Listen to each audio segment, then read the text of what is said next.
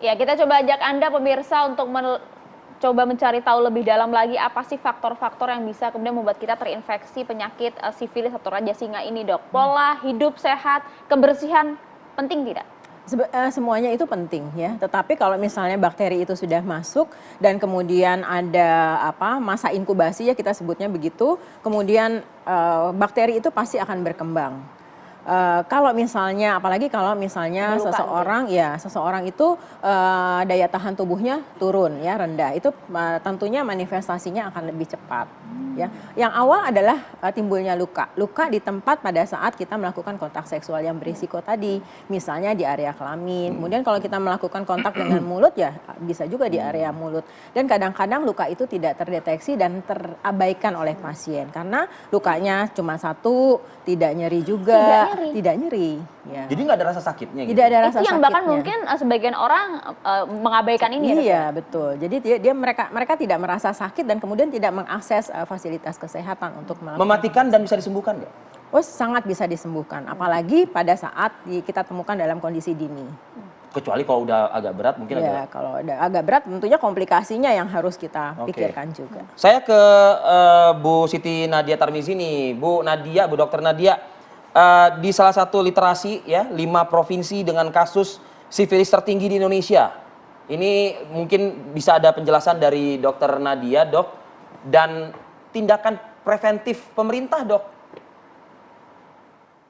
Ya, sebenarnya provinsi yang tertinggi ini bukan berarti bahwa provinsi lain kasusnya tidak sama tingginya ya Mas Adil ya.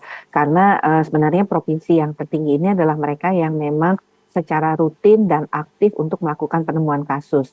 Karena sebenarnya ya kalau kita sekarang sudah menemukan kurang lebih 21.000 kasus, itu estimasinya itu kalau kita lihat kasus sifilis itu kurang lebih ada 50.000 kasus di Indonesia ini. Jadi kita sebenarnya baru ketemu setengahnya, di mana kasus pada anak-anak itu kurang lebih 24.000. Jadi memang PR kita masih cukup banyak untuk meningkatkan penemuan kasus. Dan salah satunya tadi kalau upaya pencegahan adalah tentunya yang lebih bisa memungkinkan adalah pertama kita melakukan screening pada ibu hamil ya. Nah tapi ini ada tantangannya Mas Arifah ya, bahwa kalau kita screening pada ibu hamil, ini bapak-bapaknya mesti memahami karena kadang-kadang bapak-bapak seringkali denial gitu ya bahwa membawa penyakit tersebut adalah istrinya, padahal istrinya tidak pernah melakukan perilaku beresiko, sehingga kadang-kadang ibu hamil takut untuk dilakukan pemeriksaan karena tadi takut dimarahin suami, takut terstigma oleh keluarga dan sebagainya. Padahal yang paling bisa kita lakukan adalah memastikan karena satu kalau kemudian ibu hamil ini positif, maka kita bisa mencegah kepada anaknya. Yang kedua, kita bisa mengobati si ibu tersebut. Dan yang ketiga, kita bisa juga memberi pengobatan kepada suaminya. Jadi dengan melakukan screening, kita bisa melakukan pemutusan rantai penularan kepada 3 populasi ini. Kemudian yang kita lakukan juga adalah kita melakukan penemuan aktif banyak yang dilakukan oleh puskesmas pada kelompok-kelompok yang memiliki populasi beresiko atau tempat-tempat yang beresiko ya, seperti mungkin misalnya karaoke, panti pijat dan sebagainya ya, untuk kemudian dilakukan secara rutin pemeriksaan ini. Nah Dok, untuk yang terakhir tadi Dok ya, apakah Kementerian Kesehatan juga memiliki tanggung jawab moral juga Dok untuk membasmi hulu ya dari penyakit sifilis ini? Tadi kan beberapa titik sudah disebut tuh oleh Kementerian. Artinya Kementerian Kesehatan juga ikut mendorong. Apakah itu memang ada perdanya yang dilanggar atau mungkin undang-undang yang dilanggar begitu? Mitra koordinasi lah Kementerian Kesehatan. Nampaknya kan sudah ada kan Dok, bahkan targetnya hingga tahun 2022 tuh, apa evaluasinya Dok? Ya, jadi memang kalau kita berbicara mengenai sifilis ini kan tidak hanya bisa dilakukan sektor kesehatan saja. Kami sudah bekerja sama misalnya dengan Dinas Perdagangan, Dinas Perindustrian, juga Dinas Pariwisata ya dalam hal ini untuk memastikan misalnya tempat-tempat karaoke, tempat panti pijat ini tentunya tenaga kerjanya harus bebas dari HIV, sifilis, dan hepatitis ya, supaya ya tidak ada kesan yang tidak baik ya. Yang kedua adalah tentunya kita mendorong bersama juga puskesmas bahwa memberikan edukasi yang sangat penting kepada ibu hamil ini mengenai pemeriksaan ini, dan edukasi ini harus dilakukan bersamaan dengan pasangannya ya, supaya kalau nanti ibu hamilnya positif, suaminya juga mau dilakukan pemeriksaan ya.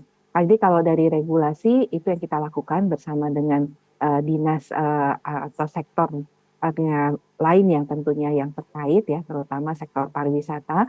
Yang kedua adalah kita tahu bahwa sifilis ini adalah bagian standar pelayanan minimal yang harus dilakukan kabupaten kota. Kita berharap bisa kemudian semakin menurunkan angka sifilis ini.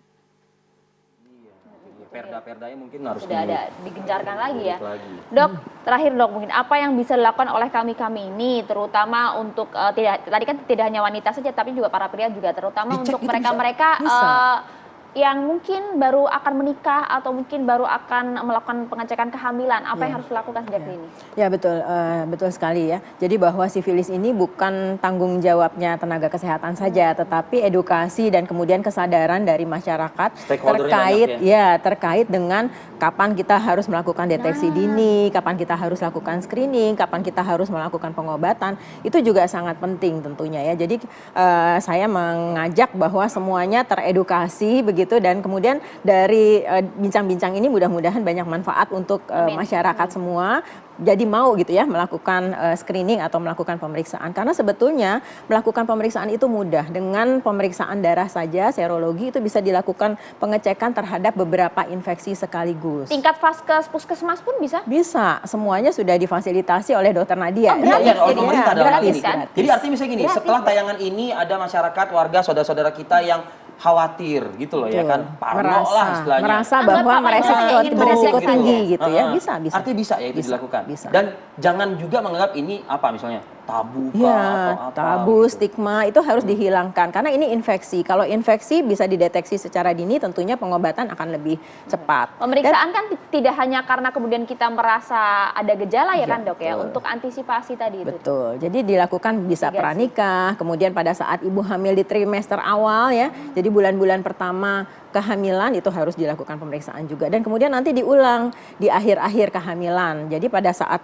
lahir sudah yakin pasti bahwa anaknya sehat. Oke, Sip kalau gitu. Dokter Hani Nilasari, terima kasih atas informasi paparannya. Bu Dokter Siti Nadia Tarmizi juga terima kasih Bu. Terima kasih pencerahannya Dokter Nadia. Men-share data dan juga mengingatkan kita juga masyarakat Indonesia untuk lebih sehat lagi dan juga melakukan pemeriksaan dini, jangan malu karena ini memang merupakan sebuah kewajiban juga untuk kita dan juga keluarga kita semua. Terima kasih banyak Dokter Hani dan Dokter Nadia. Ya. Dokter Nadia dan juga Dokter Hani, kita dukung juga Indonesia agar menang di semifinal. Wah, luar biasa nih. Lompatannya jauh banget ya. Kita dukung dia sebagai anak bangsa kan. Semifinal sepak bola di SEA Games di Kamboja ya. Persiapannya seperti apa, euforia seperti apa, kami hadirkan langsung untuk Anda nanti usai jeda ya.